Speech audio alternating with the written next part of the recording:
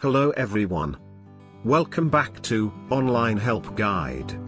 Today, in this video, I will be showing you how to disable save messages for 24 hours on Snapchat. First, open the Snapchat app on your phone.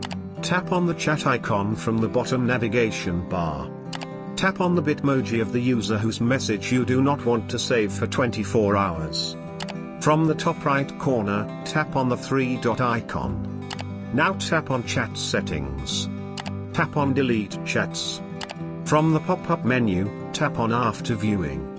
And you will disable save messages for 24 hours on Snapchat. Thank you for watching Online Help Guide. Hope this video was helpful and you're able to disable save messages for 24 hours on Snapchat. If you like our video, then don't forget to hit the like button on our video and comment down if you have any question or feedback. Also, if you are new to our channel, please subscribe and hit the bell icon to our channel.